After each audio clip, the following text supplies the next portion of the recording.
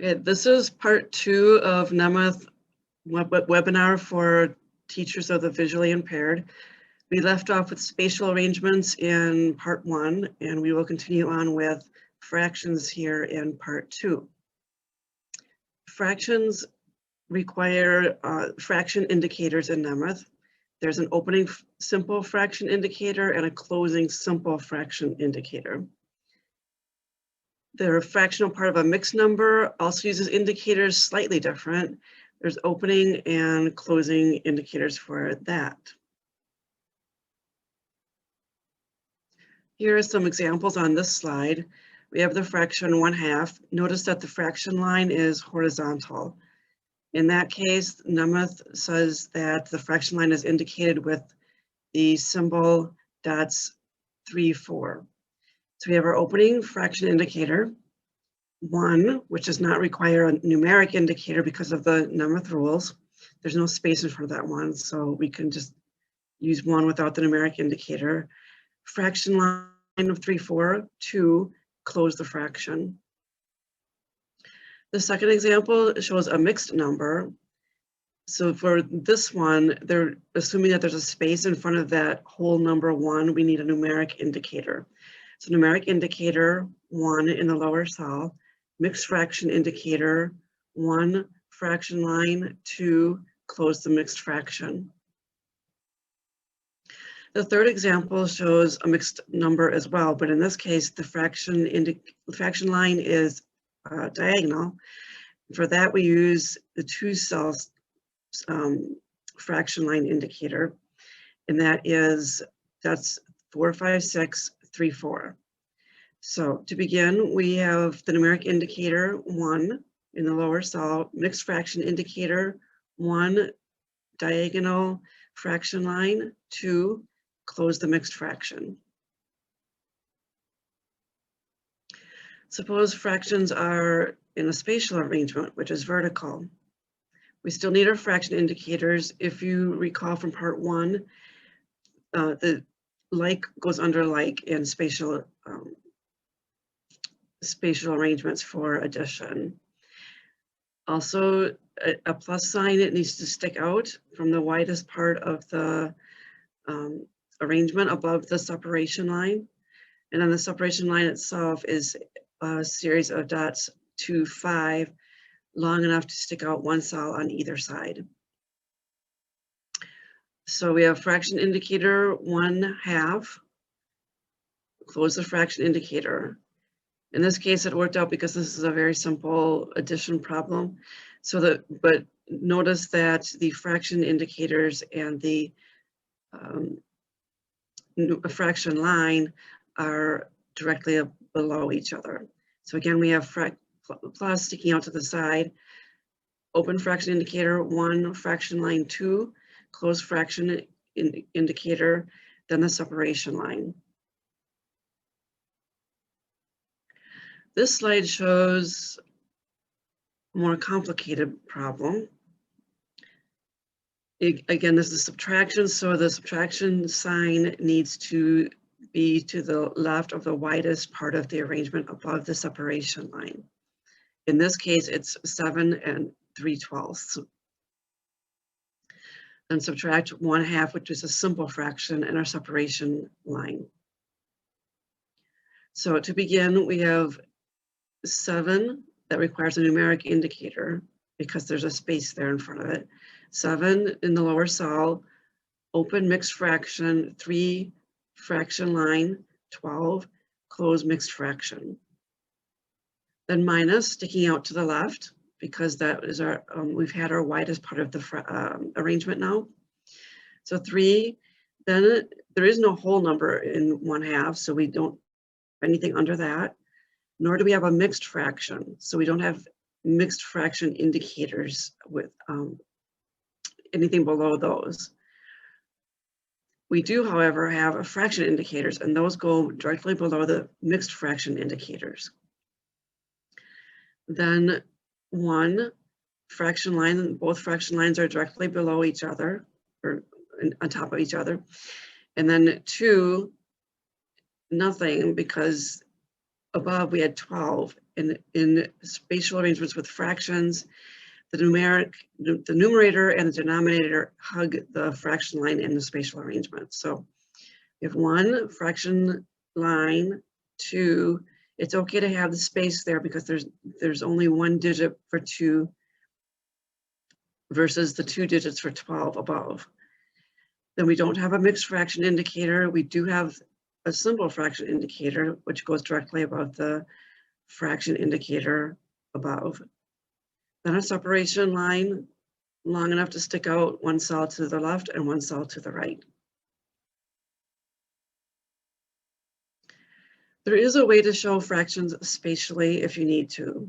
It's not the normal way to show fractions, but when a student is first learning fractions or there's a need to label anything, then you can show it spatially. You need numeric indicators before the numerator and denominator in this case because there are spaces in front of those numerals. So numeric indicator 1, the fraction line is the thing that has fraction indicators now. So fraction indicator, fraction line, close the fraction indicator. Then below we have our denominator, numeric indicator, and then 2. Identifiers, those are a big deal in Nemeth, so we need to talk about those for a moment. Identifiers are numbers or letters that identify a problem, a mathematical expression, and so on. So down the page, you might have 1, 2, 3, or ABC. For exercises, those are identifiers. Identifiers are placed to the left of any spatial arrangement with a blank line between the identifier and the problem. Here we have number 1, a blank cell, and then our spatial arrangement. So 1 cell between the identifier and the separation line because that's the widest part of the spatial arrangement.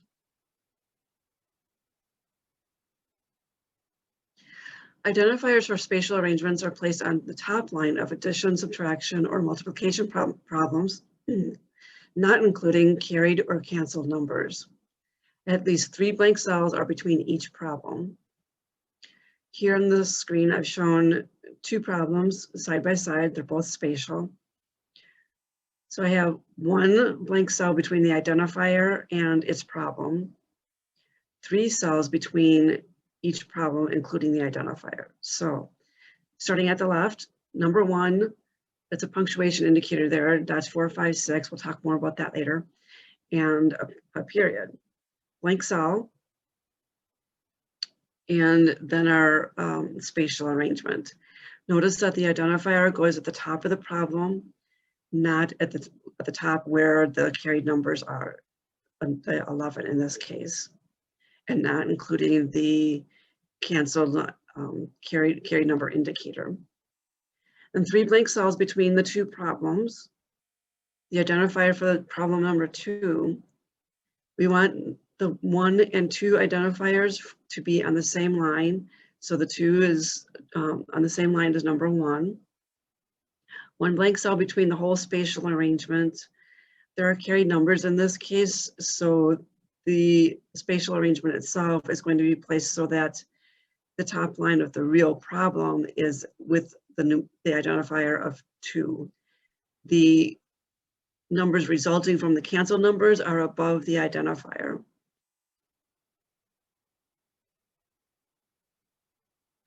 In spatial division, the identifier is placed on the line with the dividend, which is the number being divided.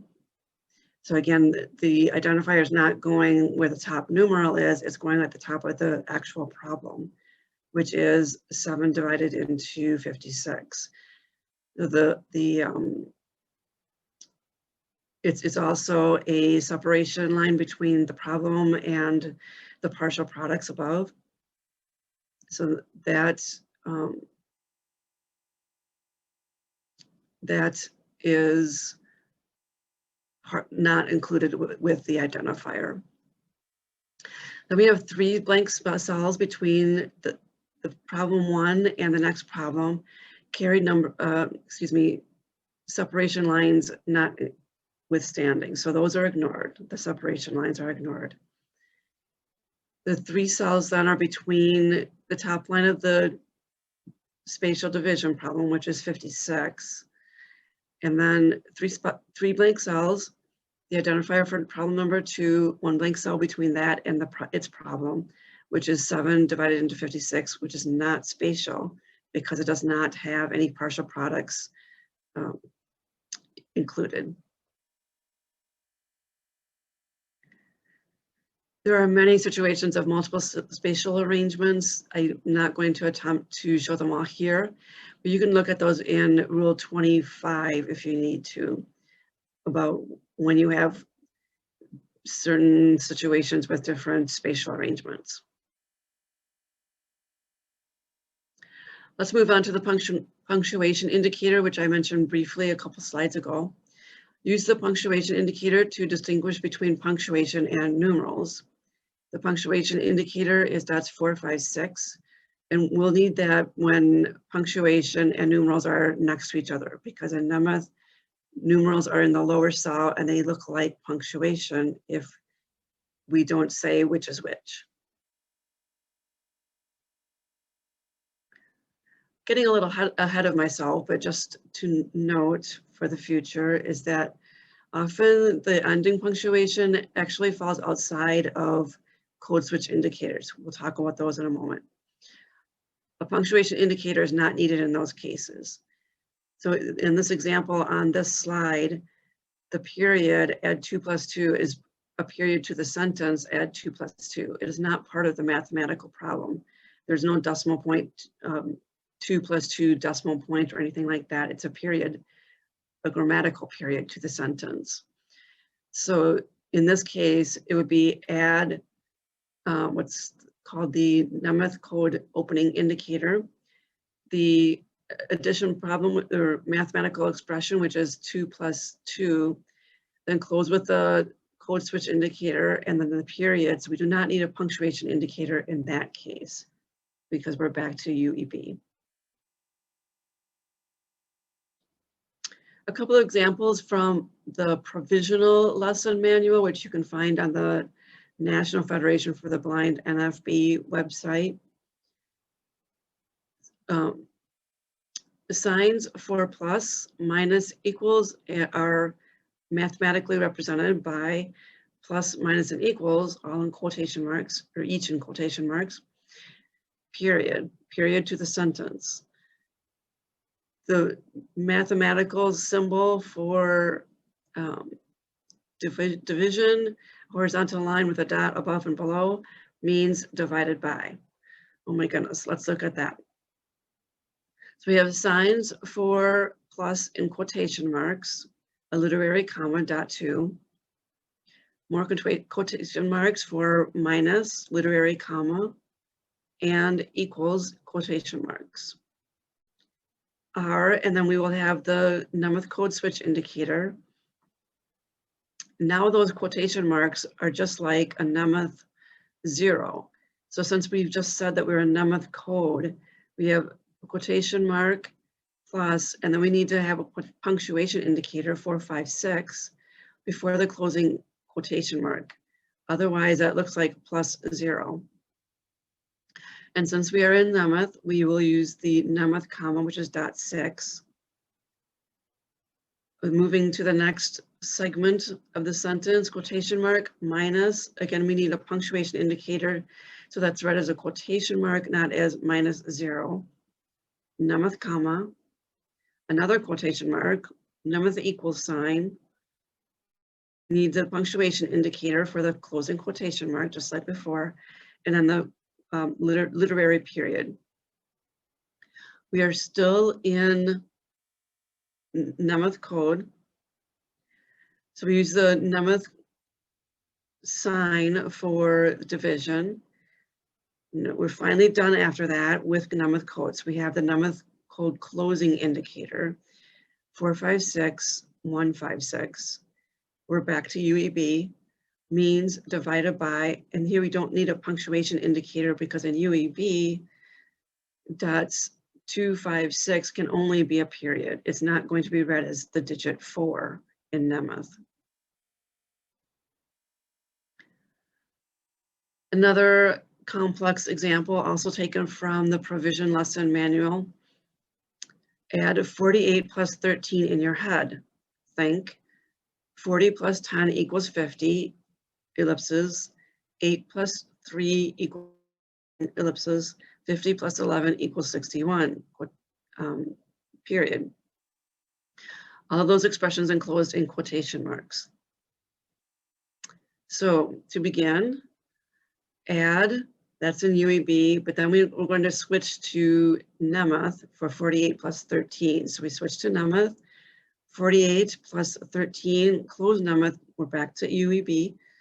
In your head, think, colon. Switching back to Nemeth with that's 456, 146. Quotation mark, we need a numeric indicator because of Nemeth rules. 40 down in the lower cell plus 10 equals numeric indicator 50. We need a punctuation indicator here for the closing quotation mark, so it isn't read as 500, it's just 50 and then closing quotation mark. The Nemeth ellipsis is .333. Then we do the same thing for 8 plus 3 equals 11, ellipses, 50 plus 11 equals 61. Closing quotation mark, we need a punctuation indicator there again, so it's not read as 610. So we have punctuation indicator, so it's read as a closing quotation mark, close Nemeth code with that code switch indicator that we'll talk more about later, and then the period to end the sentence. Okay, what do you do when you have Nemeth and some UEB around it? It's called UEB with Nemeth, and that means UEB is used for the narrative, such as explanations and directions and simple numbers. Nemeth is used for mathematical expressions and more complex numbers. Complex numbers meaning anything, even if it includes a decimal point, percent sign, negative sign, or dollar sign, those are considered a complex number and requires Nemeth code. If you are using UEB with Nemeth, and I'm sure you are, you will need the document guidance for transcription using the Nemeth code within UEB context from the BANA website, which is brailleauthority.org. I need to make a quick note about formatting within UEB. If you're going to be using Nemeth at all within UEB, you need to follow Nemeth formatting for the entire transcription when using UEB with Nemeth. So even if there are directions in UEB, those need to be formatted according to Nemeth formatting rules. Contractions. Contractions were a big deal in Nemeth code, but now with the advent of UEB, contractions are no longer used in Nemeth code at all. So all of the Nemeth rules about contraction usage no longer apply. You will, though, use contractions when you are in UEB. Okay, now officially introducing code switches. To move from UEB to Nemeth and back again, we need to use code switches. There are 3 of them. There's an opening Nemeth code indicator, a Nemeth code terminator, and something called a single word switch indicator. Let's talk about each of those. But first, a huge warning. Do not refer to the section in a document Rules of UEB that discusses the Nemeth code. Use the Nemeth code book and updates if you're going to be working with Nemeth at all. Also, I want to show a comparison of UEB with Nemeth. So if we have a simple number, say 46, it's just the digits 4, 6. Those can stay in UEB, and we use the upper cell for those digits. As soon as we get into decimal points, however, though it's not a simple number anymore, we're going to switch into Nemeth and use those code switch indicators, the lower cell numerals, and a Nemeth decimal point, which is .46. If we have a dollar sign, that is no longer considered a simple number. and we're going to use the Nemeth rules for dollar signs. So we have code switch indicators, the dollar sign, .4, 2, 3, 4. Lower cell numerals, we do not need a numeric indicator there because of Nemeth rules. Close Nemeth. 46% is also in Nemeth.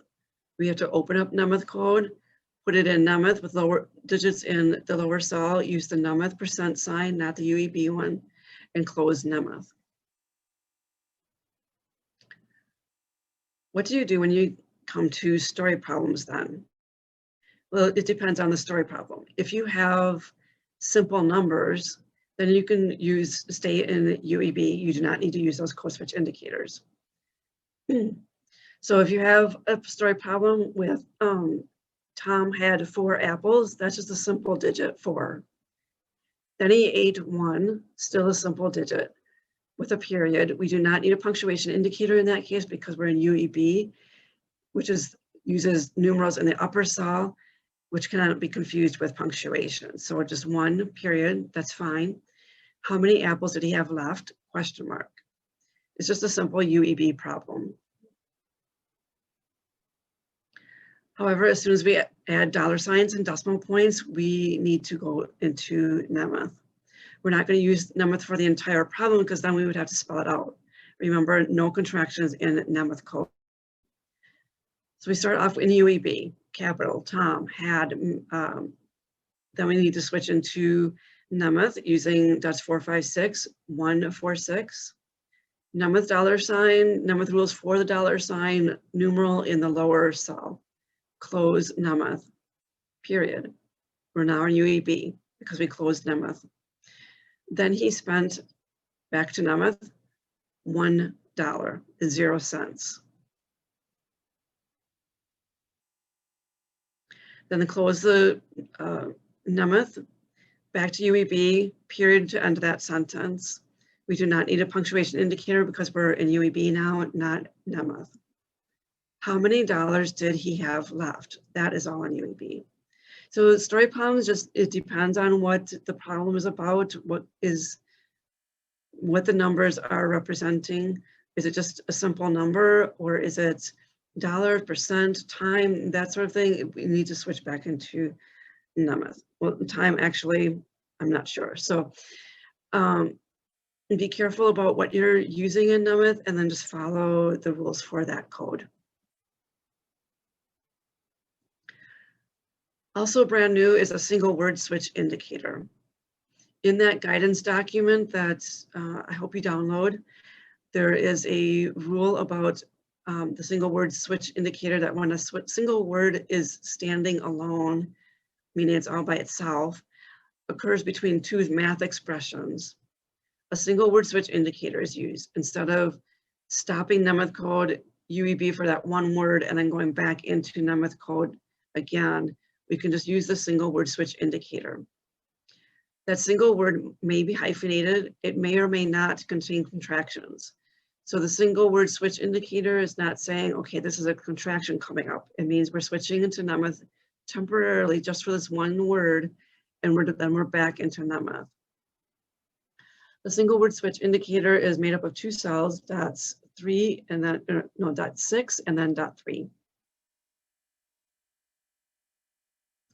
2 examples on this slide. The first one, both 2 times 3 and 3 times 2 equals 6. So 2 times 3 with a multiplication cross there, that's a mathematical expression. We'll need Nemeth for that. Also, 3 times 2 is a mathematical expression, where that 6 is just a simple number. The period is not a decimal point, it's a period, so that can be in UEB. Looking at the Braille then, we have capital, both, Nemeth code switch indicator, numeric indicator, lower cell 2, multiplication cross 3, single word switch indicator of dots 6, 3. Then we have our word and since we're in UEB, we can use contractions there. Once we're done with that single word, we're back into Nemeth. We don't need a Nemeth code indicator again because we only use the single word switch. So in our next mathematical expression is still in Nemeth, 3 multiplication cross 2. We're done with Nemeth at last. So we have our closing Nemeth indicator. We're now in UEB equals 6, period. The second example, we need Nemeth there for 3 less than 7 or 7 less than 3. So the Braille then, which is correct, literary period, comma of salt or dot 2, open Nemeth indicator, numeric indicator, lower cell 3, Nemeth less than, numeric indicator, lower cell 3, 7, excuse me. Single word switch indicator for the word or. Even though the word or does not have any contractions, we still need to tell the reader that this is in UEB. Don't try to read these as Nemeth symbols because that would be very confusing. So UEB, if for the word or, back into Nemeth because we're done with our single word. Numeric indicator 7 less than 3, done with our Nemeth, so our Nemeth code switch indicator, and the question mark then falls back into UEB. We do not need a punctuation indicator.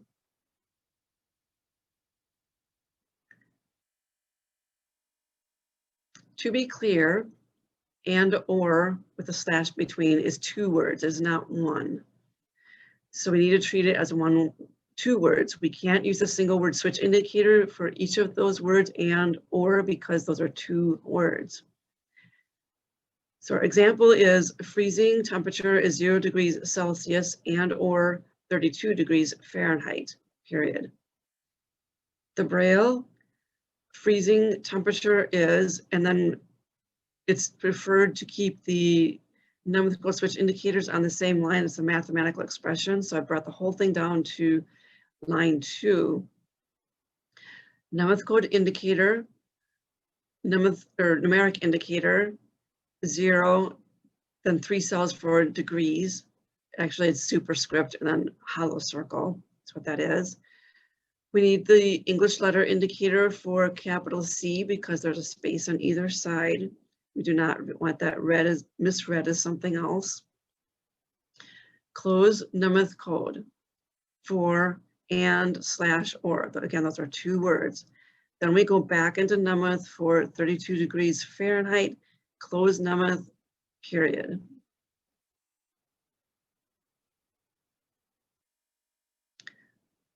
About those numeric indicators. There are lots and lots of rules about how to use them and when not to use them. But the basic rule, as you've heard me say, is that a numeric indicator must be used at the beginning of a Braille line or after a space. It must also be used after any minus or negative symbol. There are exceptions, but I'm not going to go into all of that right now. I do, however, want to show a few common examples of using that Nemeth indicator or not, or numeric indicator or not. If we have 4 cents, we do need the numeric indicator for that in front of the 4, assuming that there's a space in front of the 4. The same for 478 degrees. Assuming that there's a space in front of the 478, we need the numeric indicator, lower cell numbers, numerals, superscript, hollow circle, which is the degree symbol.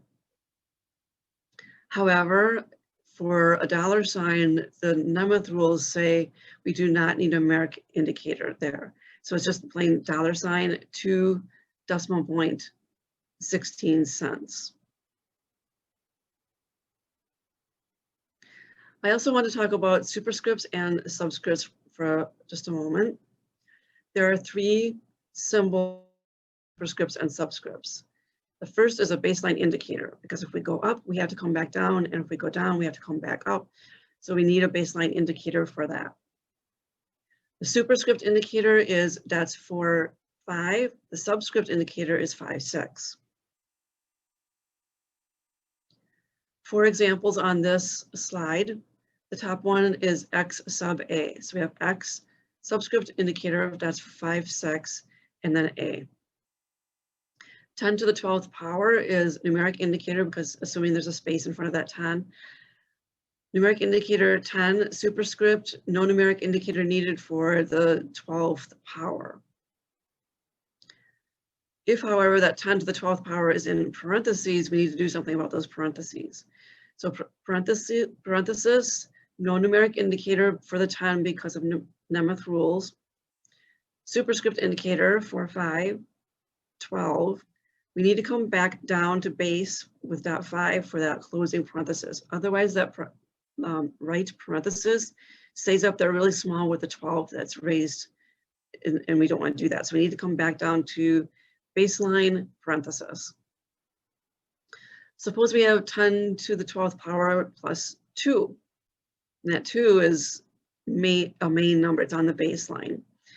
It's not superscript. So we have numeric indicator 10, superscript 12, come back down to baseline with that baseline indicator .5 plus 2. Again, if we did not have that baseline indicator, plus 2 would be up there with the 12. 12 plus 2 as the superscript to the 10, which is not the case.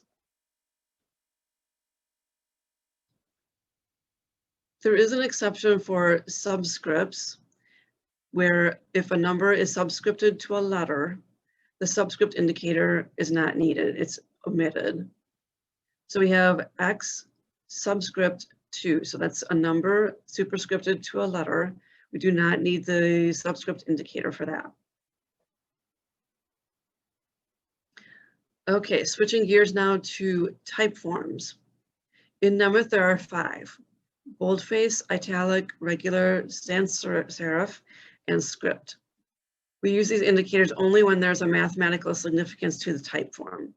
So if there's a reason for it to be in boldface because it's, say, a vector, then that is mathematically significant and we need to indicate that.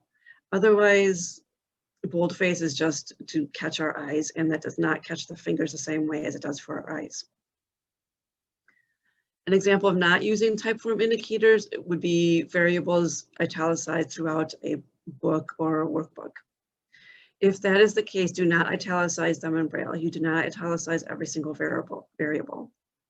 However, if only some variables are italicized for whatever reason, then they must also be italicized in Braille. For letters, numerals, and compound expressions, which is numerals and letters separated with a hyphen, like 6-pack or 9-volt with a hyphen in between, those are compound expressions. For those types of things, we can use simple type form indicators. Boldface is 456, italic is 46, sans serif is 2 cells, .6, and then 46. Script is just .4. However, for words, phrases, and mathematical statements like you would find in geometry, things get more complex there, and we need 3-cell indicators to indicate boldface and italics. So those are the indicators there if we need that. A note about Greek letters, because they're different in Nemeth than they are from UEB. Greek letters are addressed in the alphabet section of the Nemeth code. The Greek letter indicator is the same in Nemeth and UEB, which is .46. However, in Nemeth, the Greek letter indicator comes before a capital letter indicator. We always use Nemeth for Greek letters in a technical transcription. So don't use UEB method for showing Greek letters when you have Nemeth of any kind anywhere on the worksheet or in the book. So in Nemeth, a capital delta is going to show the Greek letter indicator first, that's 46, then capital, and then D is this symbol for the Greek sign delta. The Greek symbol for sigma is S. And just for comparison, I showed the way to use it in UEB. But again, do not use the UEB way of showing Greek letters when you're working with Nemeth.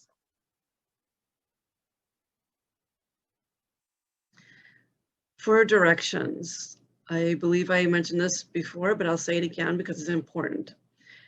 Instructions to a group of problems begin cell 5 and run over or wrap around in cell 3. There must be a blank line before the instructions, but not after. Both of those sentences are different than UEB directions. The group of problems which follow instructions must be itemized, meaning there must be 1, 2, 3, ABC, something like that, where there are identifiers. If there are no identifiers, then it's not directions, it's just a paragraph, and you can format that in cell 3, wrapping around to cell 1. The English letter indicator operates a bit like the grade 1 mode indicator in UEB. It's very different though, so you need to look up those rules. The dots are the same, dots 5, 6. We're almost done, hang in there. A word about geometry. Geometry includes many tactile graphics. For that, you need another document, Guidelines and Tactile Graphics, also published by BANA, and you can go to their website, brailleauthority.org.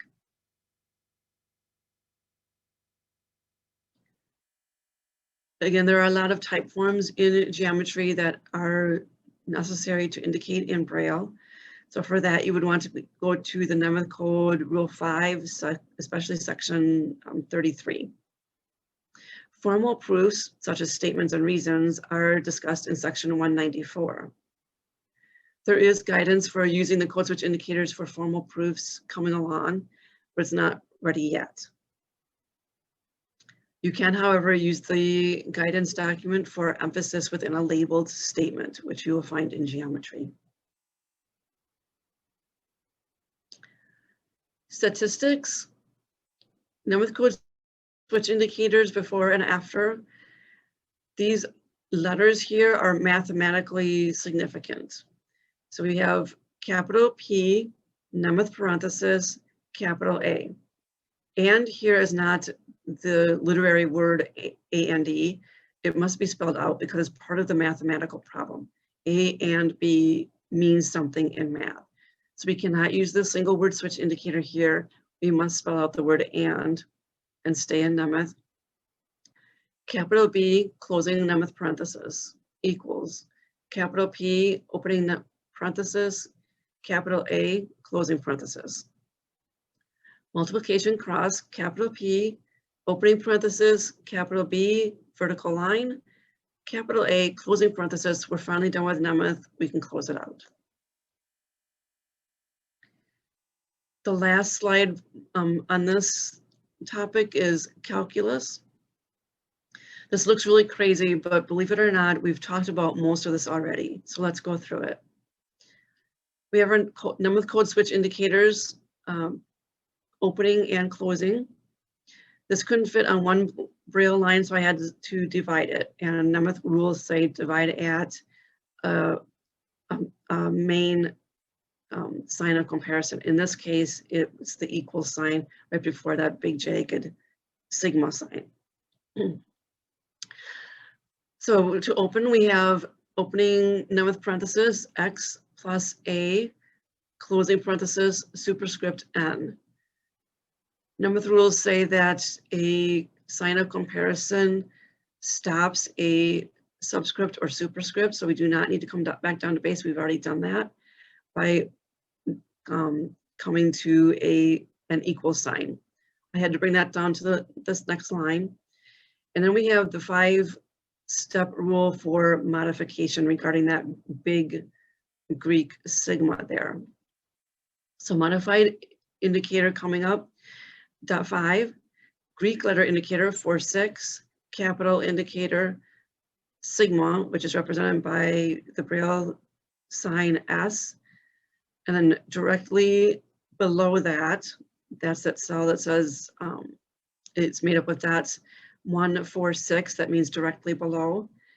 K equals numeric indicator because there's a space 0.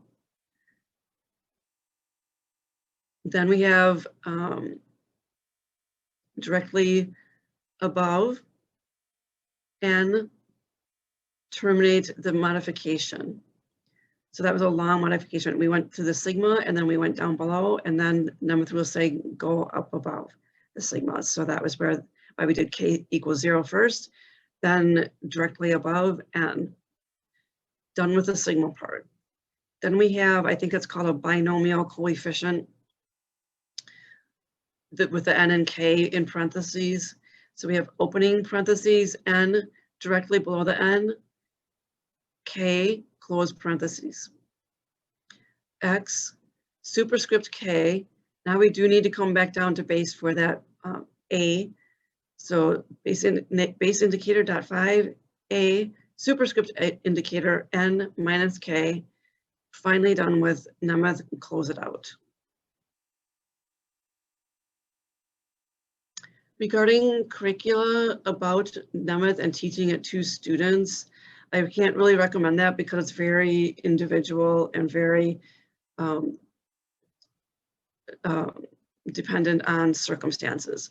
So the best one for you is a matter of preference and your circumstances within your situation. Some of these programs are going to be for teachers, some are for students, and some are for both. So again, it depends on what you need and what you are looking for. Some of the curricula might be outdated, just a warning. You can look for contractions and code switch indicators to make sure you have what you need. A note, UEB was adopted by the United States on January 4th, 2016. So if the curricula was published before that date, it's almost guaranteed to be outdated. If you find something after that date, there's a fair chance that it will be UEB, but it's not guaranteed, so you need to check. And that concludes part 2. If you need any questions about this webinar or something you're working on, go ahead and contact me by email. My address is there on the screen. Lindy Walton is a retired transcriber. She's in Madison, but she reviewed this webinar for me. She was one of the people that did, so she said she would be willing to be contacted if you have any questions and can't get a hold of me. I also want to let you know that Amy Snow, who is in our department, her email is there in case you have questions about refreshable Braille. She would be willing to point you in the right direction about that. Also, Peter Tusik and Humanware said he would be available for questions about anything produced by Humanware, such as the Braille Note Touch. His phone number and email are listed there. That's it. You made it all the way through the Nemeth webinar for teachers of the visually impaired. Thank you very much for listening. I hope to see you later. Bye.